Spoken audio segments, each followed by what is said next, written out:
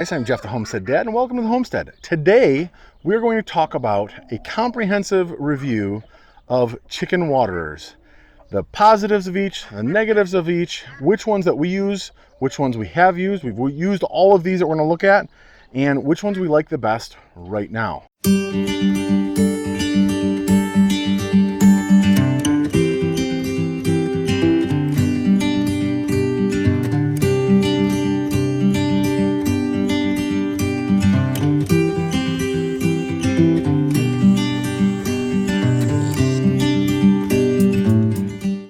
So let's start with the one that you guys have probably all seen. It's this little tray right here, right? And you can screw a quart size mason jar into it. Sometimes they come with plastic, their own plastic containers. And these work well for small numbers of chickens. You can see it's got the little hole there. So you can't get a huge number or a large amount of water in this. It's just not going to work. You know, you can only put, like a quart in here. This works for chicks if you only have a few chicks, probably up to 10 to 15. After that, you're just having to fill these up so often that it's not really worth it. So if you only have 5 or 6 chicks, you can get by with this, no problem. I typically, when we have chicks, I use at least 2 waterers so that if something happens to one, they knock it over or something, they've always got the backup water until I get there to check on them again. So this is the smallest one. Along with this, then you can step up to something that's more this sized. And this is the same type of thing. The problem with these, or one of the downfalls to these, is that they have to have their specific type of container. So you can't take a mason jar or a bucket and just put this on here. You have to have their specific top on here. If you have those, it works pretty well. Normally these are like a gallon size, so they can water chicks or chickens, depending on how many you have, for quite a while. This is what we have, something like this is what we have in with our meat chickens right now, and I'll show you guys that in a little bit. So after that, I wanted to show you this too. So this is the same kind of thing. Like I said, this top part, this white part, will not fit on this red dish right here. They're different sizes. They have different size, what I'll call dogs that, snap them in. See right here, let me turn the camera around and show you exactly how these fit in here. Take this on and off, you spin it out, and then you spin it back on and that locks it in. Obviously a different size would not fit on here, so you have to have the right size because it has to have the right size dogs or ears or whatever you want to call that to lock in there. So after you step up from this, my handsome assistant will show you this one. This is specific to 5-gallon buckets. So any standard sized 5-gallon bucket top, so I think from like 2.5 gallons up to 6 gallons, will fit on this. So that's a large amount of water you can put in one container. And a lot of times what we do is when we put the chickens in some of these grow out pens over here, or ducks, you can put it in these and you've got a lot of water. The nice thing is if you can see, it's deep. So when ducks use it, ducks are able to get their whole nose and bill underneath there. So this works well for ducks because they need to be able to get their whole bill underneath the water. This one is old. We've had this for probably 5 or 6 seasons. You can see on this side it's cracked, but these work really well. The downside to this one is that in order to flip them over, what you have to do is you fill up, say you take that 5-gallon bucket right there, you fill it up, you put this on top of the bucket. Now how do you get it flipped over? So you have to hold on to this, pushing it down on top of the bucket, lift up the bucket and flip it over and hope that it doesn't come off and all of your 5 gallons of water goes everywhere. I haven't found a better way to do it.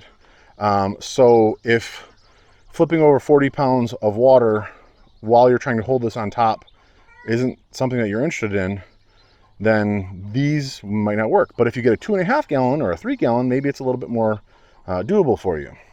You can see this is the one we've got right now out here for the ducks and chickens, and it works really, really well. So we just got the Tractor Supply 5-gallon bucket, and that's the nice thing is if that bucket breaks, we can just grab a bucket from Menards and put it on there, and it doesn't matter. So it's not proprietary like these kind are. Next up is the tray type waterer. And these can be used as both feeders and waterers. So it's nice, they're dual purpose.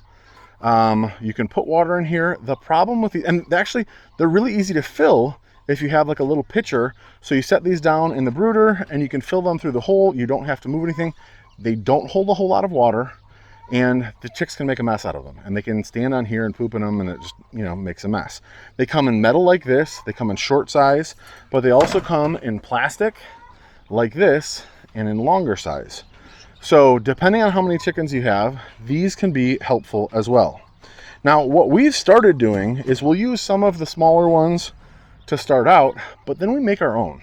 And let me show you one of the kinds that we like a whole lot. So this is the cup type waterer, and it has a little lever in here that the chickens or ducks come in and push. They kind of push it one way or the other, and water comes in and fills up this cup, and they can drink out of it. The nice thing is ducks can get their bills in here, like ducklings can get their bills in here. Even ducks can get their bills in there to get water. They can't submerge their head in here, so they would need an alternative source for submerging their head. But you can take a 5-gallon bucket, and I think these were like $4 or $5 for 2 of them, and put them in here, and it stays pretty clean. It doesn't dirty the rest of the water. If they get this dirty, you can just kind of scoop this out if they get dirty, and this stays clean, which is really nice. What you can also do with a 5-gallon bucket is you can take this type of nipple, and you can see the threads on it right there. I think you can see them. So you drill a hole into the bottom of the bucket. These don't tend to work as well on the side. So if you're going to use these type, I feel like you have to hang them. You can't put them on the side and put the bucket on the ground.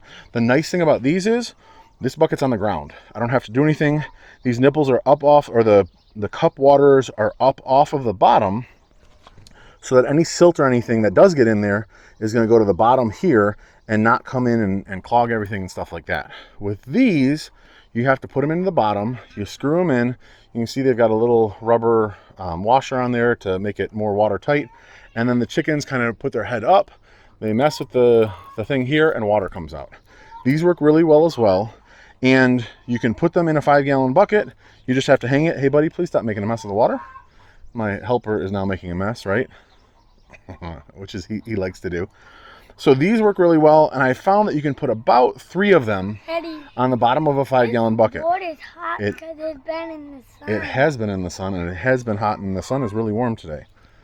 So these work really well if you don't mind hanging your water.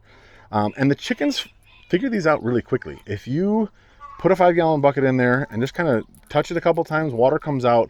They like to play with, you know, shiny things, and this is a silver colored plunger here that gets the water to come out, and it works really well. But if you've got space on the ground, this is the way I would go. So out of all of the stuff, we kind of use a combination, but for leaving outside, this is one of our favorites because chickens and ducks can both use it, and actually this guy probably uses it as well on occasion.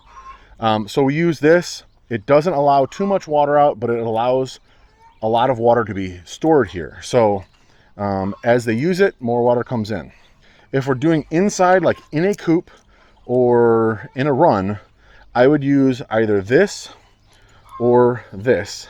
And you can hang these too if you want to. You can hang it up and let it go and then use the cups, or you can set it on a cinder block.